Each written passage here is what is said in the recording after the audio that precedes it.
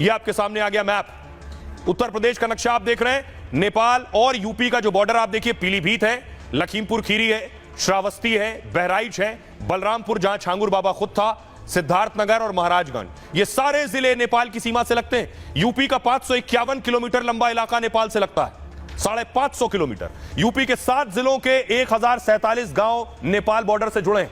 इनमें 400 से ज्यादा गांवों में मुस्लिम आबादी तेजी से बढ़ी है, यह दावा किया गया। एक रिपोर्ट के मुताबिक 10 साल में मुस्लिम आबादी यहां 40 से 50% हो गई, जो लगभग 32% थी।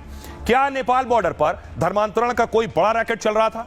क्या मुस्लिम आबादी बढ़ने के पीछे छांगुर का कोई रोल है? इसकी जांच कर रही है एजेंसियां, क्योंकि नेपाल सीमा से जुड़े जो 7 जिले हैं उनमें खासतौर पर यह गतिविधियां हो रही थी। जहां छांगुर बाबा की कोठी पर योगी का बुलडोजर चला है, बलरामपुर भी वही है। पूछताछ में छांगुर के नेपाल बॉर्डर पर प्लान का खुलासा हुआ है और नेपाल बॉर्डर पर दावा है कि केंद्र यानी ग्लोबल इस्लाम प्रचार केंद्र बना रहा था। आइए अब आपको बताऊं कि आखिर छांगुर बाबा किस तरह से पूरे नेटवर्क को खड़ा कर रहा था, क्योंकि अब कोई और नहीं, छांगुर बाबा का जो सबसे करीबी है वसीउद्दीन, वो कह रहा है बाबा ने 20,000 धर्मांतरण कराए। जिस छांगुर के पास 500 करोड़ रुपए की बात सामने आई, उसका सऊदी अरब से पाकिस्तान तक 40 देशों में नेटवर्क था। उस छांगुर ने 20,000 से ज्यादा लोगों का धर्मांतरण कराया। छांगुर के खास ठेकेदार और करीबी वसीउद्दीन ने खुलासा किया है, छांगुर औरंगजेब को आदर्श मानता था और उससे जुड़ी किताबें पढ़ता था।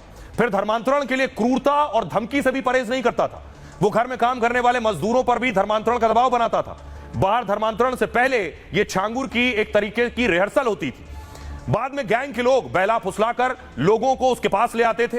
रात में उसकी कोठी में बहुत सी गाड़ियां आती, बाबा कैमरे बंद करा देता था। धर्म परिवर्तन के लिए आसानी से राजी होने पर मोटी रकम देता था और कोई मना करता तो डराता फर्जी केस में फंसाने की धमकी देता था। छांगुर ने लड़कियों की एक खास टीम भी बना रखी थी, जिसका काम था धर्म परिवर्तन न करने वालों को फंसाना। ये लड़कियां ऐसे लोगों पर रेप के झूठे केस भी दर्ज करा देती थी। छांगुर ने मुस्लिम लड़कों की भी एक खास टीम बनाई थी और जो हिंदू बनकर हिंदू लड़कियों को प्यार और शादी के जाल में फंसाते, फिर छांगुर के सामने लाकर उनका धर्मांतरण कराते। पुलिस प्रशासन को हैंडल करने के लिए भी एक टीम बनाई थी। वसीउद्दीन का दावा यह कि बाबा जितनी रकम बांटता था उससे करीब 10 गुना ज्यादा वो विदेशों से वसूल करता था इसी नाम पर। सुनिए जरा, वसीउद्दीन बाबा का करीबी क्या इस बारे में खुलासा कर रहा है, उसे सुनिए। हमने प्रधानमंत्री मुख्यमंत्री जी के यहाँ जो हमने एप्लीकेशन रजिस्ट्री किया, उस पर कार्रवाई हमने STF को भी जो है अपना बयान दर्ज कराया और बाद में ये पता चला कुछ दिन के बाद कि ये 20,000 लोगों को ये हिंदू से मुसलमान बना चुका है, जिसमें 15-20 लोगों को तो मैं जानता हूँ, बाकायदा बाई नेम बाई फेस जानता हूँ। उसके बाद हमारा इसका लड़ाई शुरू हुआ तो इसने हमें मिटाने में कोई कसर नहीं रखा, हमारे लड़के की हत्या भी करा दी।